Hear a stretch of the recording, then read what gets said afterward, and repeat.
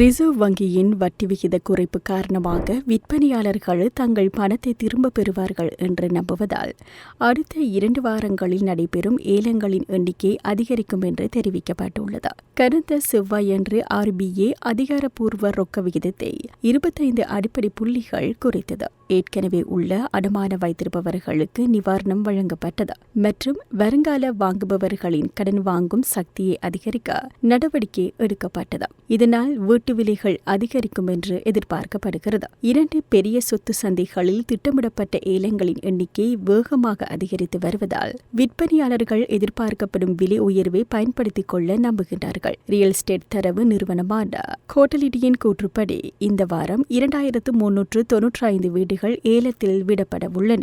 இது முந்தைய வாரத்தை விட 34.2% அதிகரிப்பாகவும் கடந்த ஆண்டு இதே காலகட்டத்தை விட 5.8% அதிகரிப்பாகவும் உள்ளது என கூறப்பட்டுள்ளது.